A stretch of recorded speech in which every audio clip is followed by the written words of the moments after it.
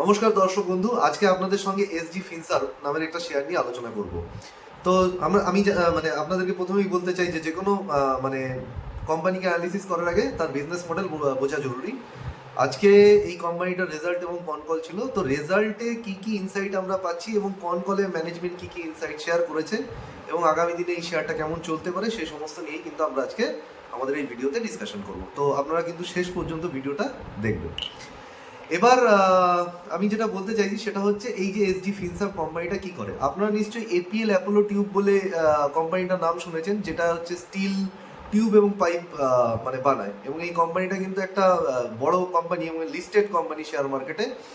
তো এই গ্রুপেরই আন্ডারে এসজি ফিনসার একটা কোম্পানি। এর কাজ কি? এর কাজ হচ্ছে এপিএল অ্যাপোলোর যে ডিলার অথবা ডিস্ট্রিবিউটার আছে তাদেরকে লোন দেওয়া। মানে ব্যাপারটা একটু সহজ ভাষায় যদি আপনাদেরকে বুঝিয়ে বলি, সেটা হচ্ছে ধরুন এপিএল অ্যাপোলো এই যে কোম্পানি যারা স্টিলের টিউব এবং পাইপ বিক্রি করে, তাদের অনেক ডিলার এবং ডিস্ট্রিবিউটার আছে।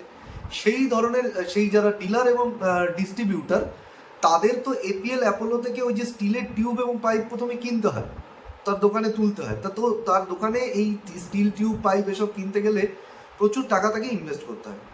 তো অনেক সময় ডিলার এবং এই ডিস্ট্রিবিউটারদের কিন্তু হাতে টাকা থাকে না এবং তাদের কিন্তু লোনের প্রয়োজন হয়। এসজি ফিনসার কি করে, এই সমস্ত এপিএল অ্যাপোলো টিউব এবং এরকম আরও বড় বড় কোম্পানি আছে অনেক, যাদের ডিলার এবং ডিস্ট্রিবিউটারদেরকে কিন্তু লোন দেয়, যেটাকে বলে হচ্ছে সাপ্লাই চেন ফাইন্যান্সিং। অর্থাৎ তারা যে এই যে লোনটা নেয়, সেই লোনটা দিয়ে কিন্তু তারা যাতে প্রোডাক্ট মানে তার যে মানে এপিএল অ্যাপোলো যার ডিলার সে তার থেকে মাল কিনতে পারে। এক্ষেত্রে এপিএল অ্যাপোলোর একটা ভাষা আছে, পরিভাষাকে বলা হয়, একে বলে অ্যাঙ্কর কোম্পানি। মানে ডিলারের অ্যাঙ্কর হচ্ছে এপিএল অ্যাপোলো। এইবার যেটা এখানে মানে মজার বিষয় হলো যে এই যে এসজি ফিনসার যখন কোনো ডিলার এবং ডিস্ট্রিবিউটারকে লোন দেয়, এপিএল অ্যাপোলো এবং অন্যান্য অ্যাঙ্করদের, প্রথমে সে ওই ডিলার এবং ডিস্ট্রিবিউটারের পুরো ক্রেডিট হিস্ট্রি নেয়, এবং ক্রেডিট হিস্ট্রি নেওয়ার পরে যদি দেখে যে সে লোনের জন্য এলিজেবল, তখন তাকে লোন দেয়। কিন্তু এই লোন দেওয়ার পদ্ধতিটা কিন্তু ভিন্ন। সে কিন্তু ডাইরেক্ট ওই ডিলার এবং ডিস্ট্রিবিউটারকে লোন দেয় না, সে লোন দেয় হচ্ছে তার অ্যাঙ্কর কোম্পানিকে, অর্থাৎ এপিএল অ্যাপোলোকে সে এই লোনের অ্যামাউন্টটা দেয়। কেন এই লোনের অ্যামাউন্টটা মানে যে ডিলার এবং ডিস্ট্রিবিউটারের দরকার তাকে না দিয়ে কেন এপিএল অ্যাপোলো বা তার অ্যাঙ্কর কোম্পানিকে দেওয়া হয়? যাতে করে ডিলার এটাকে মিস ইউজ না করতে পারে। মানে ডিলার দেখা গেল লোন নিল মাল কেনার জন্য, দোকানে মাল তোলার জন্য, কিন্তু দেখা গেল সে সেটাকে অন্য পারপাসে খরচ করলো।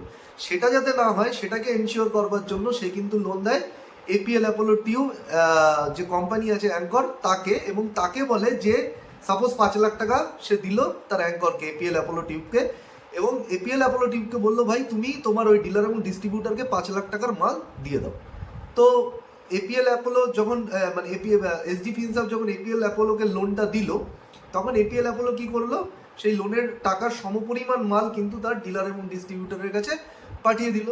এবার ডিলার ও ডিস্ট্রিবিউটারের কাজ কি? ডিলার ও ডিস্ট্রিবিউটারের কাজ হচ্ছে সেই মালটাকে সেল করবে, সেল করে যখন তার ব্যবসায় প্রফিট হবে, সেই প্রফিট থেকে কিন্তু সে সেই লোনটাকে শোধ করবে। তো সুতরাং এটা গেল বিজনেস মডেল। এখানে আবার একটা ব্যাপার আছে যে আমরা মানে মজার বিষয় হচ্ছে যে এই যে কোম্পানিটাকে অ্যানালিসিস করছি, তো যে কোনো আমরা একটা মানে যখনই কোনো লেন্ডিং বিজনেস, মানে যারা বিশেষ করে ব্যাংক, এনবিএফসি বা ধার দেয়, আমরা একটা শব্দ শুনেছি, সেটাকে বলে NPA, non performing asset. Non performing asset মানে কি? ধরুন ব্যাংক আপনাকে লোন দিল, কিন্তু আপনি সেই লোনটাকে শোধ করতে পারলেন না, তাহলে ব্যাংকের জন্য সেটা হয়ে গেল নন পারফর্মিং অ্যাসেট। তা আমরা যদি এই কোম্পানিটার ক্ষেত্রে দেখি, নন পারফর্মিং অ্যাসেট সেটা কিন্তু সম্পূর্ণ জিরো। তো জিরো এনপিএ কি করে সম্ভব? এটাই হচ্ছে এই বিজনেস মডেলের বিশেষত্ব, যে এপিএল অ্যাপোলো এপিএল অ্যাপোলো বলে যে মানে তার যে অ্যাঙ্কর কোম্পানি, প্রথমত সেই অ্যাঙ্কর কোম্পানির হাতে কিন্তু মানে যে লোনটা দেওয়া হয়, সেই লোনটার কি সমপরিমাণ মাল কিন্তু অ্যাঙ্কর কোম্পানি কিন্তু তার ডিলারকে দেয়। ডিলার যখন ব্যবসা করে প্রফিট করে, তখন সে যদি লোনটা শোধ না করে, সাপোজ ডিলারের প্রফিট হলো, প্রফিট পাওয়ার পর সে কিন্তু এসডি ফিনসারকে কিন্তু তার যে লোন সুদ সমেত শোধ করলো না। তো এই লোন দেওয়ার আগেই এসডি ফিনসার কি করে, এই এপিএল অ্যাপোলো বা অন্যান্য যে সমস্ত অ্যাঙ্করদের সাথে কাজ করে তাদের সঙ্গে কিন্তু একটা প্রথমেই ডিল সাইন করে নেয়, মানে চুক্তি করে নেয়, যে যদি তোমার এই ডিলার বা ডিস্ট্রিবিউটার আমার লোন যেটা ভবিষ্যতে যদি সে শোধ না করে, কোনো কারণে পরিশোধ না করে, তাহলে তুমি আর তাকে কিন্তু ফার্দার কোনো মাল দেবে না। তাহলে ভাবুন, আপনি ডিলার এবং ডিস্ট্রিবিউটার, ধরুন আপনি নিজে ডিলার এবং ডিস্ট্রিবিউটার, এবং আপনি যদি লোন নিয়ে এসডি ফিনসার্ভের থেকে পরিশোধ করতে না পারেন, তাহলে আপনার যে অ্যাঙ্কর কোম্পানি, মানে আপনি যার ডিলার এবং ডিস্ট্রিবিউটার, সে কিন্তু আপনাকে আর মাল দেবে না, মানে আপনার ব্যবসায় তাহলে চলবে না। সুতরাং এক্ষেত্রে প্রত্যেক ডিলার এবং ডিস্ট্রিবিউটারের কিন্তু ভয় রয়েছে যে তার ব্যবসা বন্ধ হয়ে যাবে, সেই কারণে কিন্তু তারা এই লোন পরিশোধ করতে কিন্তু বাধ্য হয়। তা এইটাই হচ্ছে এর ডিটেলস বিজনেস মডেল। এইবার এপিএল অ্যাপোলো যে হচ্ছে তাদের মেন কোম্পানি, মানে এপিএল অ্যাপোলোর ডিলার এবং ডিস্ট্রিবিউটারকে তারা লোন দেয়, তার সাথে সাথে আরও বেশ কিছু অন্যান্য সেক্টরের কোম্পানিকে তারা লোন দেয়। মূলত সব থেকে বেশি লোন দেয় হচ্ছে কনস্ট্রাকশন সেক্টরে যে সমস্ত কোম্পানি আছে তাদের ডিলার এবং ডিস্ট্রিবিউটারদেরকে। তো 35% মোটামুটি লোন কনস্ট্রাকশন সেক্টরে দেয়। এছাড়াও কোম্পানি অটো সেক্টরে লোন দেয়, আপনার আইটি সেক্টরের জন্য লোন দেয়, এবং অন্যান্য আরও বেশ কিছু সেক্টরে কিন্তু তারা লোন দেয়।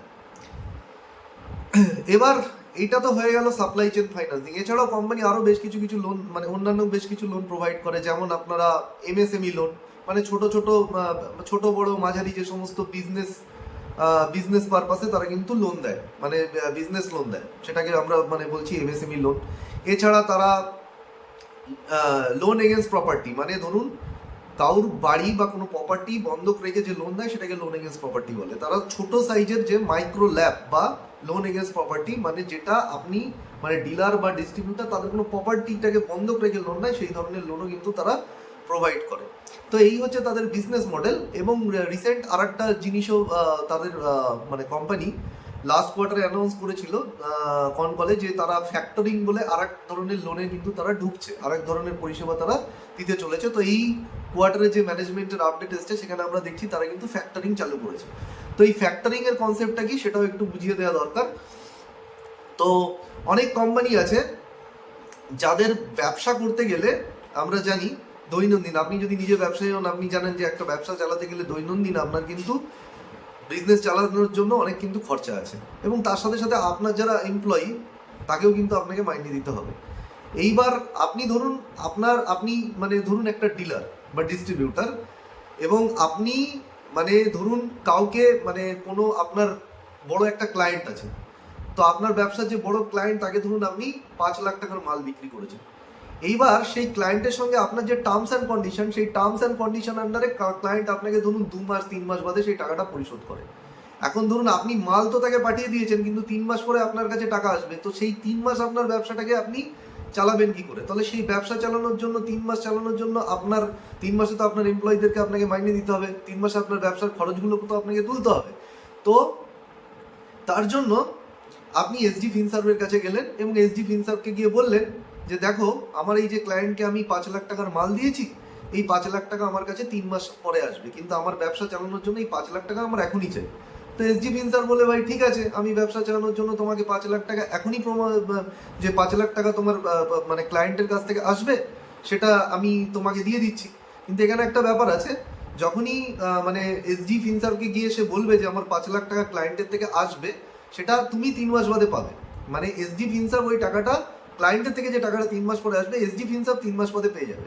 এবার এসডি ফিনসার তো 3 মাস বাদে 5 লাখ টাকা পাবে, কিন্তু প্রশ্ন হচ্ছে এসডি ফিনসার যদি 3 মাস বাদে 5 লাখ টাকা পায়, তাহলে এখন যদি ওকে 5 লাখ টাকা দিয়ে দেয়, তাহলে এসডি ফিনসারের তো কোনো লাভ নেই।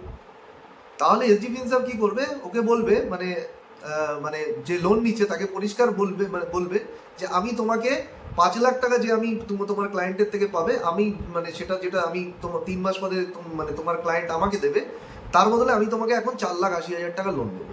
সুতরাং এই যে মাঝখানের যে গ্যাপ, এটাই কিন্তু হচ্ছে এসডি ফিনসার্ভের ইনকাম। নাহলে এসডি ফিনসার্ভ কেনই বা মানে 5 লাখ টাকা 3 মাস পরে নিতে যাবে, যদি আর এখনই বা তাকে মানে 5 লাখ টাকা তাকে লোন দিতে যাবে? তার কারণ হচ্ছে 5 লাখ টাকা যেহেতু পাবে, তার জন্য সে কিন্তু এখন কিন্তু কম পরিমাণ, মানে তার থেকে কিছুটা টাকা কম তাকে লোন দেবে, এবং বাকি টাকাটা হচ্ছে এখানে এসডি ফিনসার্ভের ইনকাম।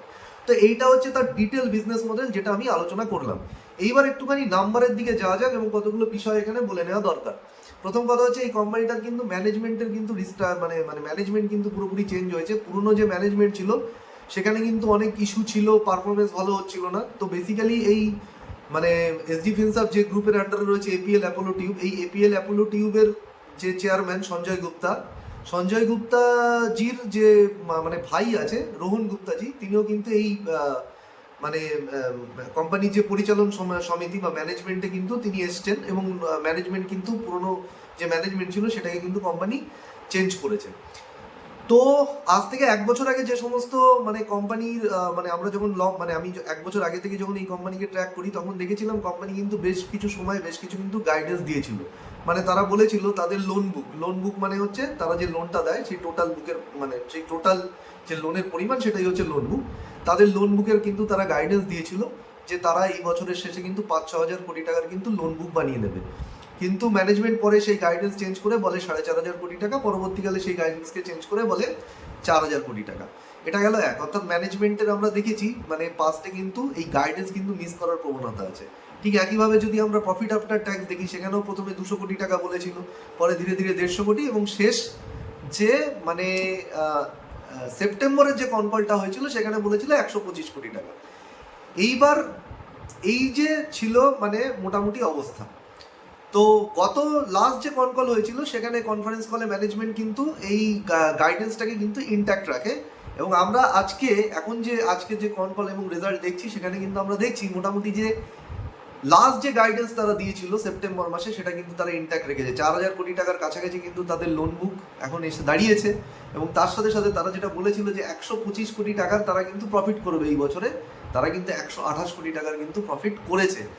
এবং এই যে গাইডেন্স মিট করেছে, এবং তার সাথে সাথে কিন্তু তারা নিজেদের গাইডেন্সগুলোকে কিন্তু আপগ্রেডেশন করেছে। অর্থাৎ গত কোয়ার্টারে তারা কিছু লং টার্মের গ্রোথ গাইডেন্স দিয়েছিল, সেই গাইডেন্সগুলোকে কিন্তু তারা আপগ্রেডেশন করেছে। সেই জন্য আজকে আমরা দেখবো সেই শেয়ারটা কিন্তু 11% জাম্প করেছে। আজকে যদি আপনি ভালো করে দেখেন দুপুরবেলা এসজি ফিনসার্ভ মানে কিন্তু তার রেজাল্ট আসার পরপরই কিন্তু এই শেয়ারটা জাম্প করতে শুরু করে। কোনো কোম্পানি যখনই তার গাইডেন্সকে আপগ্রেড করবে, ম্যানেজমেন্ট যখন তার ভবিষ্যৎকে নিয়ে আশার আলো দেখাবে, তখন কিন্তু সেই শেয়ার কিন্তু ইনভেস্টররা তাকে রিওয়ার্ড করতে শুরু করবে। এটা সবসময় কিন্তু আমাদের মাথায় রাখা জরুরি। এবার আমি এই প্রসঙ্গে আরেকটি কথা বলে নেওয়া দরকার। গত কনফলে ম্যানেজমেন্ট কিন্তু বলেছিল এই যে তারা গাইডেন্সটাকে রিডাকশন করে, মানে প্রথমে যে গাইডেন্স দিয়েছিল পরবর্তীকালে যে গাইডেন্সগুলো মানে কমিয়ে দেয়, তার কিন্তু বেশ কিছু কারণ তারা শেয়ার করেছিল গত কনফলে। একটা হচ্ছে যে তাদের কিন্তু কিছু আরবিআই থেকে লাইসেন্স নেওয়ার জন্য বেশ কিছু তারা প্রসেসের মধ্যে ছিল। তো যতক্ষণ পর্যন্ত সেই প্রসেসগুলো ক্লিয়ার না হয় ততক্ষণ পর্যন্ত তারা কিন্তু গাইডেন্স আপগ্রেড করেনি, এবং সেই প্রসেস ক্লিয়ার না হওয়ার জন্য কিন্তু গাইডেন্স কমিয়েছিল। এটা যেমন একটি কারণ। দ্বিতীয় কারণটা হচ্ছে নতুন ম্যানেজমেন্ট এসছে, তো নতুন ম্যানেজমেন্টকে কাজ করবার জন্য কিছু সময় দেওয়া প্রয়োজন, না হলে তারা ব্যবসাটাকে সঠিকভাবে কিন্তু তারা গাইডেন্স দেওয়ার জায়গায় থাকে না। কারণ পুরনো ম্যানেজমেন্ট যে গাইডেন্স দিয়েছে তারা কিন্তু সেগুলো মিস করেছে। সুতরাং নতুন ম্যানেজমেন্ট কিন্তু বিশ্বাসযোগ্যভাবে গাইডেন্স দেয়, যে গাইডেন্সটা কিন্তু অ্যাচিভেবল এবং তারা মিট করতে পারবে। তো আজকে কিন্তু সেই গাইডেন্স কিন্তু তারা মিট করেছে। কোম্পানির আজকে যে রেজাল্ট বেরিয়েছে সেই নাম্বারের প্রসঙ্গে আসি। তো প্রথমেই বললাম যে 4 হাজার কোটি টাকার যে লোন বুক, সেই 4 হাজার কোটি টাকার লোন বুকে কিন্তু তারা পৌঁছে গেছে, এবং গত বছরের থেকে এই বছর কিন্তু তাদের লোন বুক 75% গ্রোথ এসছে। এবার আসি তাদের প্রফিটের বিষয়ে। প্রফিট তো 128 কোটি টাকা তারা প্রফিট করেছে। তাদের যে গাইডেন্স ছিল 125 কোটি টাকা, সেটাকে কিন্তু তারা ক্রস করে গেছে। যদি আমি 25-এর রেসপেক্টে FY25 এর রেসপেক্টে FY26 অর্থাৎ 25 সালের ইয়ার এন্ডিং থেকে যদি 26 সালের ইয়ার এন্ডিং ধরি, তাহলে তাদের প্রফিটের গ্রোথ এসছে কিন্তু 58%। আর যদি আমরা মার্চ কোয়ার্টার, গত বছরের মার্চ কোয়ার্টারের রেসপেক্টে এই বছরের মার্চ কোয়ার্টার দেখি, তাহলে কিন্তু 78% গ্রোথ এসছে। সুতরাং আমরা দেখতে পাচ্ছি তাদের লোন বুকের গ্রোথের সঙ্গে সঙ্গে কিন্তু তাদের প্রফিটেরও কিন্তু গ্রোথ হচ্ছে, যেটা কিন্তু বিজনেসের জন্য কিন্তু খুবই হেলদি সাইড। এবার কোম্পানির ম্যানেজমেন্ট, এটা তো গেল এখনকার মানে আজকের যে রেজাল্ট এসছে সেই রেজাল্ট। এবার হচ্ছে কোম্পানির ম্যানেজমেন্ট ভবিষ্যতের জন্য কি গাইডেন্স দিয়েছে সেগুলোকে নিয়ে আমরা ডিসকাশন করবো, এবং তার সাথে সাথে এটাও আমরা আলোচনা করবো যে সেই গাইডেন্সগুলোকে তারা কিভাবে অ্যাচিভ করবে, বা তাদের ম্যানেজমেন্ট কি কি স্টেপ নিচ্ছে সেই গাইডেন্সগুলোকে অ্যাচিভ করবার জন্য। তো প্রথমত চলে আসি রেভিনিউ, যে তারা পরের বছরের যে তারা গাইডেন্স দিয়েছে, মানে পরের বছরের নট রেভিনিউ, তারা যে লোন বুক গ্রোথের গাইডেন্স দিয়েছে পরের বছরের জন্য অর্থাৎ FY27 এর জন্য, সেটা হচ্ছে 35 থেকে 40%। অর্থাৎ 35 থেকে 40% রেটে তাদের লোন বুক মানে লোন বুক পরের বছরের জন্য কিন্তু গ্রো করবে, এবং নেক্সট মানে 4 বছরের জন্য অর্থাৎ 30 সাল পর্যন্ত কিন্তু তারা তাদের লোন বুকের গ্রোথ গাইডেন্স দিয়েছে 25 থেকে 30%। আমরা দেখেছি কোম্পানির লোন বুক এখন খুবই মানে ছোট লোন বুক, 4 হাজার কোটি টাকার মাত্র লোন বুক। সুতরাং এই লোন বুকের কিন্তু 25 থেকে 30% রেটে গ্রো হওয়া কিন্তু খুবই প্রয়োজন, এবং এটা কোনো অস্বাভাবিক বিষয়ও নয়। মানে খুব সহজেই কোম্পানি 25 থেকে 30% সিএজিআরে কিন্তু আগামী 4-5 বছর কিন্তু তার লোন বুক গ্রো করতে পারে, এবং পরের বছরের জন্য 35 থেকে 40%। খেয়াল করার বিষয় হচ্ছে এই বছর তাদের যে লোন বুকের গ্রোথ এসছে সেটা কিন্তু পরের বছর কিছুটা হলেও স্লো ডাউন হয়ে যাবে। তো এখানে যদি এই লোন বুকের গ্রোথটা 35 থেকে 40%-এর জায়গায় 50-60% হতো, তাহলে কিন্তু সেটা আমার মতে আরো একটু বেটার হতো। দ্বিতীয় হচ্ছে তাদের প্রফিটের গাইডেন্স তারা রেখেছে 30 থেকে 35%। এবছরে তাদের প্রফিটের আমরা দেখলাম ফুল ইয়ারে 58% প্রফিট গ্রোথ হয়েছে। তারা বলছে 30 থেকে 35% আগামী বছর এবং তার সঙ্গে সঙ্গে আরো 3-4 বছর। তো এটাও মানে কোম্পানির এখন যে প্রফিটের গ্রোথ তার থেকে কিছুটা কম, কিন্তু এটা যদি 30 থেকে 35% সিএজিআর বছর বছর তারা কিন্তু করে যেতে পারে, তাহলে কিন্তু কোম্পানির জন্য কিন্তু সেটা একটা ফেনোমেনাল ব্যাপার হবে। এবং আমরা দেখেছি যে প্রফিটের সঙ্গে সঙ্গে কিন্তু তাদের রিটার্ন রেশিও কিন্তু ইমপ্রুভ করছে। এই মানে কোয়ার্টারে, মানে বছরের শেষে আমরা যদি তাদের আরো রিটার্ন অন অ্যাসেট দেখি, সেটা কিন্তু 4.8%, এবং ম্যানেজমেন্ট বলছে কিন্তু এই রেঞ্জের মধ্যেই থাকবে। তাদের যে গাইডেন্সের রেঞ্জ সেটা কিন্তু 4.5 থেকে 5%-এর মধ্যে। এবং রিটার্ন অন ইকুইটি যেটা কিন্তু খুব একটা গুরুত্বপূর্ণ ম্যাট্রিক। যে কোনো ফিনান্সিয়ালের ক্ষেত্রে আপনারা কিন্তু রিটার্ন অন ইকুইটি এবং রিটার্ন অন অ্যাসেট এই দুটো কিন্তু দেখতে ভুলবেন না। রিটার্ন অন ইকুইটি কিন্তু এই মুহূর্তে তাদের 12%, এবং রিটার্ন অন ইকুইটির কিন্তু তারা যে আগামী দিনের জন্য গাইডেন্স দিচ্ছে সেটা কিন্তু 14 থেকে 16%। অর্থাৎ একটা বিজনেসের আরোই যখন ইমপ্রুভমেন্ট হবে, মানে একটা ফিনান্সিয়ালের বিশেষ করে আরোই 12 থেকে যখন 14-16%-এর দিকে ইমপ্রুভ হবে, সেটা কিন্তু প্রচন্ড একটা স্ট্রং সাইন। এটা অবশ্যই স্বাভাবিক যে কোম্পানির প্রফিট যদি দিনের পর দিন মানে সময়ের সাথে সাথে বাড়তে থাকে, তাহলে কিন্তু তাদের কিন্তু রিটার্ন রেশিওগুলো কিন্তু ইমপ্রুভ হবে। এই হচ্ছে কোম্পানির ওভারঅল গাইডেন্স। এবং গাইডেন্স নিয়ে যেটা বলা সেটা কিন্তু অত্যন্ত মানে আমি বলবো যে গাইডেন্স তারা দিয়েছে সেগুলো কিন্তু আরো একটু বেশি হলে ভালো হতো, যেহেতু তাদের considering the loan book growth এখন মানে লোন বুকের সাইজ অত্যন্ত ছোট। কিন্তু তারা যদি এই ধারাবাহিকতাকে বজায় রাখতে পারে এবং সময়ের সাথে সাথে মানে এই যে তারা গাইডেন্স দিয়েছে সেটাকে যদি তারা মিট করতে পারে, তাহলে কিন্তু স্টক কিন্তু রিরেট করবে, এবং আগামী দিনে কিন্তু আমরা এই স্টক থেকে কিন্তু আরো বেটার রিটার্ন মানে বেটার মানে আপসাইড পসিবিলিটি কিন্তু দেখতে পাবো। এবার কলে আলোচিত হওয়া বেশ কিছু মানে বিষয় যেগুলো আমরা একটুখানি জেনে নিই, সেটা হচ্ছে এবং তার সাথে সাথে এই কলে আলোচিত হওয়া বিষয়গুলোর সঙ্গে সঙ্গে আমরা কিন্তু বিজনেসের যে অপরচুনিটি এবং রিস্ক, অর্থাৎ আমরা যে কলে ম্যানেজমেন্ট তো গাইডেন্স দিয়ে দিয়েছে বুঝলাম, কিন্তু এগুলোকে তারা যে অ্যাচিভ করতে পারবে তার জন্য তারা কি করছে, এবং তার সাথে সঙ্গে কি কি বিজনেসে মোটামুটি রিস্ক আছে, এবং অন্যান্য যে সমস্ত জেনারেল ডিসকাশন সেগুলো কিন্তু আমরা এক্ষেত্রে আলোচনা করব। আচ্ছা, প্রথমে একটা কথা বলে নিই, এই যে আমরা প্রথমেই যে বিজনেস মডেল বোঝানোর জন্য বলেছিলাম যে তারা যে লোনটা দেয় সেটা হচ্ছে মানে বড় যে সমস্ত মানে যে অ্যাঙ্কর কোম্পানিগুলো আছে তাদের ডিলার এবং ডিস্ট্রিবিউটারদেরকে লোন দেয়। এবার এই লোনটা কতদিনের জন্য দেয়, সেটা কিন্তু 45 দিনের জন্য লোন দেয়, এবং এই 45 দিনের জন্য যে লোন দেয় সেটা কিন্তু 5 কোটি টিকিট সাইজ, মানে অ্যাভারেজ টিকিট সাইজ 5 কোটি। মানে বেশি বড় লোন দিলে কি হয়, সেটা কিন্তু কোম্পানির জন্য একটা ঝুঁকির চান্স থাকে। বাই চান্স ডিলার এবং ডিস্ট্রিবিউটারের প্রফিট হলো না এবং তারা কিন্তু শোধ করতে পারলো না, আর শোধ করতে না পারলে যে তাদের যে মানে যাদের থেকে তারা মাল নেয় সেই মানে সে যার ডিলার সে অ্যাঙ্কর তাদেরকে আর মাল দেবে না, ফলে তার বিজনেস কিন্তু বন্ধ হয়ে যাবে। সুতরাং সেই রিস্কের মধ্যে না যাওয়ার জন্যই কিন্তু কোম্পানি খুব মানে অ্যাভারেজ টিকিট সাইজ 5 কোটি টাকার পর্যন্ত কিন্তু তারা লোন দেয়। এইবার যে গুরুত্বপূর্ণ প্রশ্নটা ওঠে সেটা হচ্ছে আমরা দেখেছি কোম্পানি মানে মেজর এখানে কার ডিলার এবং ডিস্ট্রিবিউটারকে লোন দেয়, অ্যাপোলো টিউব। এবার অ্যাপোলো টিউব তো মানে যে পাইপ মানে বানায় এবং যে টিউবগুলো বানায় সেগুলো তো স্টিলের তৈরি।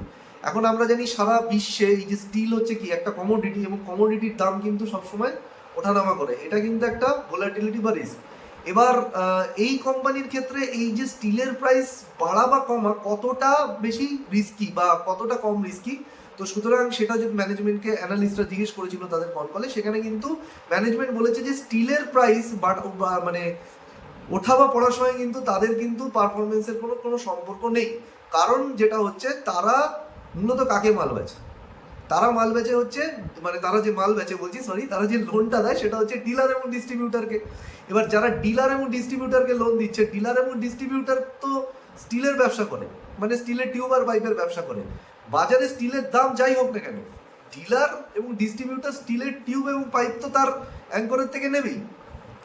তো সুতরাং এখানে কিন্তু মানে স্টিলের প্রাইস যাই হোক, স্টিলের ভলিউমের কিন্তু কোনো এফেক্ট ঘটবে না। মানে তারা যে মালের মানে কোয়ান্টিটির মাল নেয় সেই কোয়ান্টিটির মাল কিন্তু তার যে মানে ক্লায়েন্টের ডিমান্ড সেই অনুযায়ী কিন্তু তারা নেবেই। সুতরাং এখানে কিন্তু প্রাইস রিস্ক সেভাবে একটা নেই। হ্যাঁ, একটা জিনিস যেটা মাথায় রাখতে হবে, আন্তর্জাতিক ক্ষেত্রে কিন্তু স্টিল প্রাইস কিন্তু খুব আপ ডাউন করে, কিন্তু সব থেকে মানে গুরুত্বপূর্ণ বিষয়, এই কোম্পানি কিন্তু কোনো আন্তর্জাতিক ব্যবসা নেই, পুরো 100% বিজনেস কিন্তু এদের ভারত থেকে আসে। আচ্ছা, দ্বিতীয় যে বিষয়টা হচ্ছে, কোম্পানি কিন্তু ভারতবর্ষের যে মেজর 30টা যে হাব লোকেশন, সেই 30টা হাব লোকেশনেই কিন্তু এই মুহূর্তে ব্যবসা করছে। শুধুমাত্র নর্থ ইস্ট মানে যেগুলোকে আমরা 7 সিস্টার স্টেট বলি, সেখানে কিন্তু তাদের এই মুহূর্তে কোনো ব্যবসা কিন্তু নেই এবং তারা এখানে ব্যবসা করছে না। আচ্ছা আচ্ছা, এবার আমরা বলবো কোম্পানির সব থেকে বড় অপরচুনিটি এই মুহূর্তে যদি আমরা দেখি যে ভারতবর্ষের টপ 500টা যে কোম্পানি আছে, তার মধ্যে এই 100টা কোম্পানি মানে টপ 500টা যে মানে কোম্পানি আছে, তার মধ্যে টপ 100টা কোম্পানি কিন্তু এই সাপ্লাই চেন ফাইন্যান্সিংটাকে ইউজ করছে। মানে এই টপ 100টা কোম্পানির ডিলার এবং ডিস্ট্রিবিউটররাই কিন্তু এই সাপ্লাই চেন ফাইন্যান্সিং এর কিন্তু বেনিফিট নিচ্ছে। সুতরাং আমরা বুঝতে পারছি যে এখনো কিন্তু কোম্পানির কাছে হিউজ গ্রোথ হেডরুম রয়েছে, মানে হিউজ গ্রোথ অপরচুনিটি রয়েছে। এবং তার থেকেও মানে আরেকটা গুরুত্বপূর্ণ বিষয় হচ্ছে, এই যে 100টা কোম্পানি যাদের ডিলার এবং ডিস্ট্রিবিউটররা এই সাপ্লাই চেন ফাইন্যান্সিং ইউজ করছে, তাদেরও কিন্তু সমস্ত ডিলার এবং ডিস্ট্রিবিউটর যে এই সাপ্লাই চেন ফাইন্যান্সিং ইউজ করছে তা কিন্তু নয়, 25-30% ডিলারের কাছে কিন্তু এই সাপ্লাই চেন ফাইন্যান্সিং কিন্তু পৌঁছেছে। অর্থাৎ এখনো কিন্তু কোম্পানির জন্য হিউজ মানে গ্রোথ হেডরুম রয়েছে। আপনি ভাবুন যে বাকি যখন ডিলার এবং ডিস্ট্রিবিউটররা যখন এই মানে সুযোগ নেওয়া শুরু করবে, তখন কোম্পানির জন্য কিন্তু সেটা আরও বেনিফিশিয়াল হবে। আচ্ছা, এবং কোম্পানি কিছুদিন আগেই শেয়ার করেছিল যে এতদিন পর্যন্ত তারা কিন্তু লোন দিতে হচ্ছে যে অ্যাঙ্কর তার ডিলার এবং ডিস্ট্রিবিউটারকে। এবার ডিলার এবং ডিস্ট্রিবিউটার যারা, তাদের কাছ থেকে মাল কেনে হচ্ছে, দেখবেন আমরা যে সমস্ত স্টিল টিউব অ্যান্ড পাইপ কিনি লোকাল রিটেলারের থেকে। এবার এই সমস্ত বড় বড় যারা রিটেলার আছে, যারা আর কি ডিলার এবং ডিস্ট্রিবিউটার বা হোলসেলারের থেকে মাল নেয়, তাদেরও কিন্তু কোম্পানি ধীরে ধীরে মানে এখন থেকে লোন দেওয়া শুরু করবে, যেটাকে তারা বলছে কিন্তু টায়ার টু ডিলার বা টায়ার টু ফাইন্যান্সিং, যেটা কিন্তু তারা অলরেডি স্টার্ট করে দিয়েছে, কিন্তু এখনো পর্যন্ত সেখানে কোনো সিগনিফিকেন্ট ডেভেলপমেন্ট নেই। দ্বিতীয় খুব গুরুত্বপূর্ণ একটি বিষয়, সেটা হচ্ছে যে কোম্পানির যে লেভারেজ মানে হচ্ছে কোম্পানির ব্যবসাটা কি, লোনের ব্যবসা, তো লোনের মানেই হচ্ছে লেভারেজ। তো কোম্পানির এখন যদি আমরা লেভারেজ রেশিও বলি, লেভারেজ মানে ডেট টু ইকুইটি, আপনারা তো জানেন যে একটা কোম্পানির ইকুইটির রেসপেক্টে মানে তার শেয়ারের রেসপেক্টে তার কত লোন আছে, তো সেটা কিন্তু 1.9x, 1.9 থেকে 2 গুণ। কোম্পানি কিন্তু এই জিনিসটাকে বাড়িয়ে 3 গুণ পর্যন্ত নিয়ে যেতে চায় নেক্সট 2 থেকে 3 বছরে। এবং এটা কিন্তু কোম্পানি কিন্তু কিছুটা কনজারভেটিভ লেন্ডার মানে কিন্তু মার্কেটে অন্যান্য যারা এই ধরনের সাপ্লাই চেন ফাইন্যান্সিং কোম্পানি আছে, তারা কিন্তু মোটামুটি 4x লেভারেজে কাজ করছে। কোম্পানি কিন্তু সেখানে কিন্তু এখন মাত্র 2x লেভারেজ এবং সেটাকে 3x লেভারেজে পৌঁছাতে চাইছে। এবার কথা হচ্ছে, একটা কোম্পানির জন্য কি এটা কি খারাপ জিনিস? একদমই নয়, কারণ কোম্পানি যত বেশি লোন দেবে তত বেশি কিন্তু সে কিন্তু মানে আবার এমন লোন দেবে না যে লোনের জন্য কিন্তু কোম্পানির মানে বিপদে পড়ে যাবে। সে এমনভাবে লোন দেবে, মানে লোনের রেটটা বাড়াবে, যাতে কিন্তু তার কিন্তু লোন বুকের গ্রোথ আসে, এবং লোন বুকের গ্রোথ যত আসবে তত তার রেভিনিউ গ্রোথ আসবে, তত তার প্রফিট গ্রোথ আসবে। এবার কোম্পানি যে লোন বুক মানে বাড়াবে, তার জন্য সে কি করছে, সে কিন্তু 3 থেকে 3,500 কোটি টাকার কিন্তু লোন নেওয়ার কথা ভাবছে ব্যাংক থেকে। কারণ আমরা জানি এটা একটা কি এনবিএফসি কোম্পানি, এবং এনবিএফসি কোম্পানি লোন নেয় কার থেকে? ব্যাংক থেকে। তো ব্যাংক থেকে তারা লোন নেবে এবং তারা কিন্তু সেই লোন ডিসবার্স করবে, এবং অলরেডি কিন্তু তারা ইকুইটি রেজ করেছে। ইকুইটি মানে হচ্ছে তাদের কাছে যে সমস্ত ওয়ারেন্ট ছিল, সেই ওয়ারেন্টের থ্রুতে তারা কিন্তু এই কোয়ার্টারে কিন্তু আমরা যদি আপনি রেজাল্টটা দেখেন, তারা কিন্তু ইকুইটি রেজ করেছে, এবং এই মুহূর্তে তাদের 1562 কোটি টাকার কিন্তু মানে 1500 কোটি টাকার মতো তাদের ইকুইটি বেস রয়েছে। সুতরাং এখান থেকে আমরা ইজিলি বুঝতে পারছি যে কোম্পানি কিন্তু আগে মানে গিয়ে এই যে তারা যে ইকুইটির থ্রুতে মানে তারা যে ওয়ারেন্ট থেকে যে পয়সা রেজ করলো, এবং তারা যে ব্যাংক থেকে যে লোন নেবে, সেই লোনটা তারা আরও বেশি বেশি করে ডিসবার্স করবে, যেখান থেকে কিন্তু তাদের আগামী দিনের কিন্তু এই যে লোন বুক গ্রোথের যে গাইডেন্স দিয়েছে আমি বললাম 35-40% পরের বছরের জন্য, এবং নেক্সট 5 বছরের জন্য 25-30%, সেটাই কিন্তু তারা অ্যাচিভমেন্ট করার দিকে যাচ্ছে। সুতরাং এটা হচ্ছে মানে এখানে মূল বিষয়। আচ্ছা, এছাড়া কোম্পানি এতদিন পর্যন্ত তো আমরা বললাম যে মানে এতক্ষণ পর্যন্ত আমরা যেগুলো আলোচনা করলাম, এছাড়া কিন্তু কোম্পানি লোন অরিজিনেশনের কাজও কিন্তু করে। তো ফ্যাক্টরিং এর যে কাজ, সেটা তো তারা এই কোয়ার্টারে শুরু করেছে, এবং 175 কোটি টাকার কিন্তু তারা এখন এই মুহূর্তে তাদের লোন বুক, ফ্যাক্টরিংটা যেটা আমরা একটু আগে আলোচনা করেছি, তাদের 175 কোটি টাকা এই মুহূর্তে লোন বুক। এর আগেও কিন্তু তারা এই ধরনের কাজ করতো, কিন্তু সরাসরি নিজেরা লোন দিত না। তারা কি করতো, ব্যাংকের থেকে মানে তাদের কিছু পার্টনার ব্যাংক আছে, পার্টনার ব্যাংকের মারফত কিন্তু তারা লোন করিয়ে দিত। এবং সেই লোনের উপর তারা কিন্তু একটা কমিশন চার্জ করতো, যেটা কিন্তু তাদের ফিজ ইনকাম। এবং কোম্পানির কিন্তু যে ফিজ ইনকাম সেটা কিন্তু যেটা 1.5 কোটি টাকা ছিল গত কোয়ার্টারে, সেটা কিন্তু বেড়ে এই কোয়ার্টারে 6 কোটি টাকা হয়েছে। সুতরাং 4 গুণ আমরা গ্রোথ দেখতে পাচ্ছি। তো সুতরাং এটা আমাদের ওভারঅল কল নিয়ে ডিসকাশন ছিল। এখন আরেকটি বিষয়, সেটা হচ্ছে কোম্পানির যে কস্ট টু ইনকাম, মানে আগামী দিনে কোম্পানি কিন্তু আমরা দেখছি যে মানে প্রফিটের যদি গ্রোথ করতে হয় তার কিন্তু কস্টকেও কিন্তু কন্ট্রোলে রাখতে হবে। তো এই মুহূর্তে যেটা কোম্পানির কস্ট টু ইনকাম রেশিও, সেটা কিন্তু মানে 15%-এর নিচে, এবং এটা কিন্তু কোম্পানির ম্যানেজমেন্ট গাইডেন্স দিয়েছে 13 থেকে 17%। তো সুতরাং আমরা দেখতে পাচ্ছি যে কোম্পানিটা ওভারঅল কিন্তু এই যে কোয়ার্টারে সেটা কিন্তু একটা প্রচন্ড টার্ন অ্যারাউন্ড পারফরমেন্স দিয়েছে, এবং কোম্পানির ম্যানেজমেন্টের গাইডেন্স কিন্তু পজিটিভ। সেই সঙ্গে সঙ্গে এটা একটা 0 NPA বিজনেস, অর্থাৎ তারা কিন্তু কোনো ডিফল্ট নেই। কেন ডিফল্ট নেই সেটা আমরা বিজনেস মডেল বোঝানোর সময় আলোচনা করেছি। সুতরাং আমরা এই বিজনেসটাকে কিভাবে দেখবো, একটা জিনিস মাথায় রাখবেন, যখনই এই ধরনের ছোট কোম্পানিতে আপনারা মানে ইনভেস্ট করবেন, সবসময় মাথায় রাখবেন এই ছোট কোম্পানির কিন্তু সব থেকে বড় রিস্ক হচ্ছে, যেটা আপনাদেরকে প্রত্যেকটা কোয়ার্টারে ট্র্যাক করতে হবে, যে ম্যানেজমেন্ট কি ডিসিশন নিচ্ছে এবং কি গাইডেন্স দিচ্ছে। যদি কিন্তু তারা পরের কোয়ার্টারে গিয়ে বা 2 কোয়ার্টার পরে গিয়ে বলে যে না, আমাদের গাইডেন্সকে আমরা রিডাকশন করছি, অথবা যদি আপনি দেখেন যে তার লোন বুক গ্রোথের যে গাইডেন্স তারা অলরেডি এখন বলছে, আগামী বছরে গিয়ে যদি দেখেন লোন বুক গ্রোথের গাইডেন্স কিন্তু তার থেকে কম, তাহলে কিন্তু স্টকের পারফরমেন্স কিন্তু পড়ে যাবে, অর্থাৎ স্টক মানে কিন্তু নিচের দিকে চলে আসবে। ঠিক একইভাবে যে গাইডেন্স তারা দিয়েছে সেটাকে যদি তারা অ্যাচিভ করে, অথবা যা বলছে তার থেকেও যদি তারা বেশি করতে পারে, তাহলে কিন্তু স্টক কিন্তু আবার উপর দিকে উঠবে। তো এই হলো মোটামুটি ওভারঅল ডিসকাশন। আশা করি ভিডিওটা আপনাদের ভালো লাগলো, এবং ভালো লাগলে কিন্তু লাইক, শেয়ার এবং সাবস্ক্রাইব করবেন, এবং নোটিফিকেশনটা অন করে রাখবেন। এই ভিডিওগুলো কিন্তু সম্পূর্ণভাবে আপনাদের এডুকেশনাল পারপাসের জন্যই কিন্তু বানানো, এবং এইগুলো থেকে আশা করি আপনারা বেশ কিছু শিখছেন। এবং আপনাদের মধ্যে যদি কোনো রকম ডাউট থেকে থাকে, তাহলে দয়া করে কমেন্ট বক্সে কমেন্ট লিখবেন, এবং আমি কিন্তু তার রিপ্লাই করবো। আজকের মতো এখানেই শেষ করছি, ভালো থাকবেন, নমস্কার।